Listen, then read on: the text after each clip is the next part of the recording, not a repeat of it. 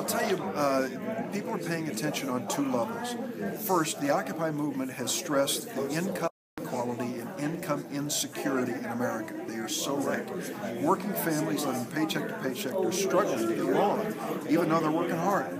And that is something we've got to address in terms of our tax code and the way our economy grows. Secondly, they are focusing on the power of special interest groups in Washington, particularly financial institutions. Well, you know, I've had a little battle recently with the biggest banks across America, and I'd like to say that I played a small role in helping customers of these banks stand up to the biggest powerful banks in America. So I think that those two elements of the Occupy movement are pretty clear, and I agree with them. When you get beyond that, though, it's kind of hard to pin them down exactly what they stand for. I've told them the toughest job they face now is to go to the next level, beyond anger, beyond emotion, beyond marching. What do you stand for? What will you do in the next election? Will you support candidates that support your point of view? Will you become a political force? Or will you walk away? They have to decide. Is it going to lead to anything in Washington? I think it already has, and I think the reason it has is the public response to the Occupy movement has been positive. Not overwhelmingly positive, but positive.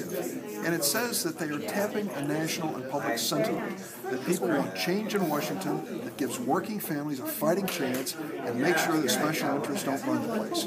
Those two basic things most Americans believe are really fundamental. But sentiment is one thing. Actual legislation or whatever it's going to take to... Well, you know, we do it a piece at a time.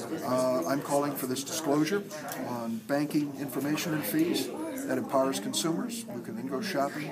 It really brings competition to areas where some special interests dominate the economy. And I think that's healthy, and it's consistent with what some of the Occupy people are asking for. I talked to an occupier the other day, and I said, when is this going to end? He said, we don't know, because we do have different goals. There's not going to be a piece of legislation that we can say it's done, we're going home. How long do you think they should camp out? Well, you know, all right, here is an honest answer. The winter's coming. Camping out gets more difficult, and I understand that. But even if they aren't camped out in tents, they can still be an important political force if they get organized, if they focus on attainable goals, and if they stay involved in the process.